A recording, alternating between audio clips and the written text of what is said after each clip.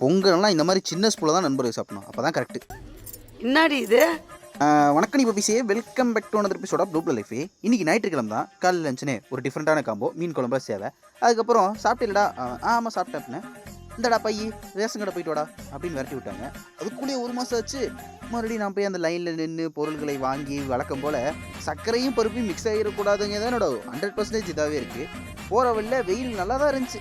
போய் எப்படியெல்லாம் போட்டு முடிச்சுட்டு வீட்டுக்கு வந்தால் உடஞ்சி போட்டு நூலை போட்டு ரெடி பண்ணி கொஞ்ச நேரம் டிவியை பார்த்துட்டு அப்புறம் எனக்கான ஒர்க்கு ஆரம்பிச்சிட்டேன். அண்ணன் புதுசாக ஒரு ஷார்ட் ஃபிலிம் இருக்கு நண்பர்களே, வெறும் இன்ஸ்டாகிராமில் மட்டும்தான். அது என்னென்னா நம்ம சேனலில் இருக்கோம், போய் இன்ஸ்டாகிராம் பக்கத்தில் பார்த்து ஒரு லைக்கு சர்ப்ரைஸு அதெல்லாம் போட்டுவிடுங்க.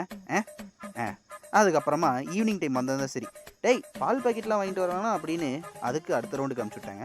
நானும் வண்டி குலுங்கி அந்த ஈவினிங் சன்ரைஸில் பார்த்தேன். வீட்டுக்கு வந்ததுக்கப்புறம் என்னடா கோட்டு வாக்கிங்லாம் நம்ம ஏரியாவில் நடக்குது, அதெல்லாம் பார்த்து முடிச்சுட்டு நல்லா சன்செட்டு பயங்கரமாக இருந்துச்சு. அதை கொஞ்சம் பார்த்து முடிச்சுட்டு தபால்னு போய் ஒரு அருமையான டீ அடித்தேன்.